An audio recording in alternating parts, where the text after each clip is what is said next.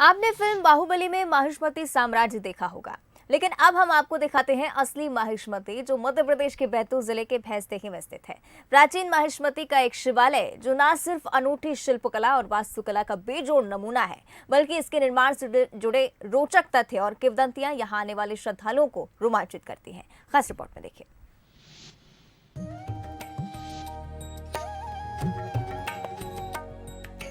क्या किसी ऐसे विशाल शिव मंदिर का निर्माण केवल एक रात में हो सकता है, जो शिल्प कला में तो बेजोड़ हो, लेकिन उसे केवल दो लोगों ने ही मिलकर बनाया हो? क्या महिष्मती साम्राज्य सच में किसी जगह का नाम था? और क्यों एक मंदिर का गुंबद बनाने वाले शिल्पकार खुद पत्थर के बन गए? ऐसे कई सवालों के जवाब मिलते हैं बैतूल की भैंसदेही तहसील में 13वीं शताब्दी में बने इस प्राचीन शिव मंदिर में, जो न सिर्फ वास्तुकला का बेजोड़ नमूना है, बल्कि इससे जुड़े कई रहस्यों से आज भी पर्दा नहीं हटा है। 13वीं शताब्दी का ये अद्भुत शिव मंदिर है। आप देख सकते हैं, मैं उसी प्रांगण में खड़ा हूँ। मेरे साथ हैं राठौर साहब। ये पीछे आप गणेश जी की अत्यंत प्राचीन प्रतिमा देख रहे हैं, जिसके बारे में दावा ये है कि ये मात्र एक छोटी सी सुपाड़ी पर खड़ी हुई है। इतनी भारी विशाल प्रतिमा 13वीं शताब्दी की, शिल्प अनूठा है, अनोखा है। और पीछे आप देख सकते हैं, मैं अपने साथी शंकर जी से आग्रह करूंगा कि वो शिव जी की वो ऐतिहासिक शिवलिंग दिखाएं। आप देख सकते हैं, और साथ ही शिल्प भी ऊपर का दिखाएंगे आप धीरे कैमरा पैन करते हुए। कहते हैं मंदिर का निर्माण 13वीं शताब्दी में चोल राजवंश के राजाओं ने कराया था। कहा यह भी जाता है कि इस बेजोड़ कलाकृति से बने मंदिर का निर्माण नागर और भोगर नाम के दो महान शिल्पकारों ने एक रात और एक दिन में किया था। लेकिन इस मंदिर का निर्माण अधूरा रह गया। शिवालय के निर्माण में लगे नागर और भोगर एक ऐसे श्राप से श्रापित थे जो खुद उन्हें पत्थर का बना सकता था।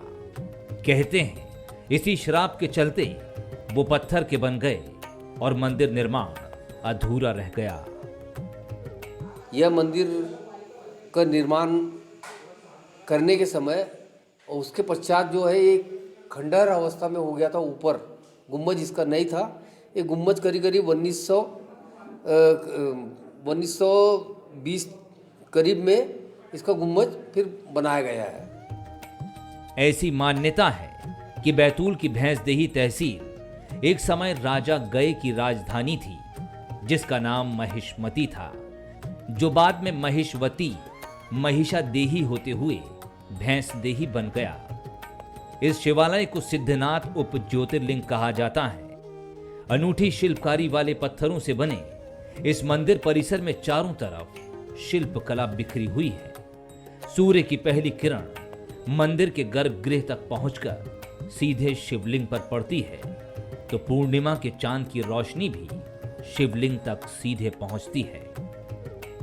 इस मंदिर की जो मान्यता है कि सूर्योदय की पहली किरण गर्भगृह पे, जो मंदिर का गर्भगृह है, उस पर पहली किरण पड़ती है, जिससे इसका महत्व बहुत बढ़ जाता है। और पूर्णिमा के दिन जो चंद्रमा की भी किरणें, जो प्रकाश है, इस गर्भगृह पर आता है, जिसके कारण इसका महत्व काफ़ी बढ़ जाता है और लोगों का विश्वास इस मंदिर के प्रति बहुत ज़्यादा हो जाता है। भगवान शिव के इस ऐतिहासिक मंदिर में महाशिवरात्रि पर हजारों की संख्या में श्रद्धालु पहुंचते हैं। यहां आने वाले श्रद्धालुओं को बाबा सिद्धनाथ के दर्शन करना जितना सुकून देता है, उतना ही रोमांच मंदिर की शिल्पकला और रहस्यों को जानकर मिलता है। प्राचीन शिव मंदिर भैंसदेही नगर में देखने के लिए वर्ष भर मध्य प्रदेश सहित महाराष्ट्र प्रांत के अनेकों श्रद्धालु यहाँ आकर गौरवशाली विरासत को देखते हैं। और महाशिवरात्रि पर्व पर हमारे भैंसदेही आदिवासी बहुल तहसील के अनेकों ग्रामों, साथ ही महाराष्ट्र के पर्यटक भी महाशिवरात्रि पर्व पर यहाँ आकर इस मंदिर की नक्काशी और यहाँ की शिल्पकला के बेजोड़ नमूने को देखते हैं। वर्ष भर यहाँ पे शरणार्थियों का तांता लगा रहता है। इसे उप ज्योतिर्लिंग का दर्जा भी प्राप्त है।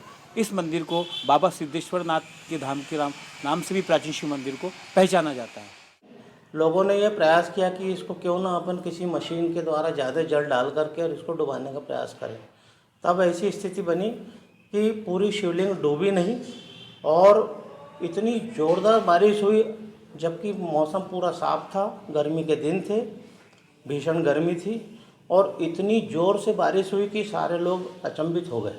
ये कई बार ऐसी घटनाएं हुई, उसका चश्मदीद गवाह मैं हूँ, क्योंकि इस मंदिर पे मैं ब्राह्मण होने के नाते मुझे ही इस मंदिर में अंदर रखा गया था और मैं ही कलश से पानी डालता था और वो पाइप भी मेरे ही हाथ में रखा गया था। बैतूल के प्रमुख दर्शनीय स्थलों में शामिल भैंसदेही का ये प्राचीन शिव मंदिर, जहां एक अजीब सी शांति है, सुकून है। यहां बेजोड़ शिल्पकला, शिवमय भक्ति का माहौल है और शांति ऐसी मानो खुद भोलेनाथ यहां तप कर रहे हों। बंसल न्यूज के लिए शरद द्विवेदी के साथ शंकर राय, भैंसदेही, बैतूल।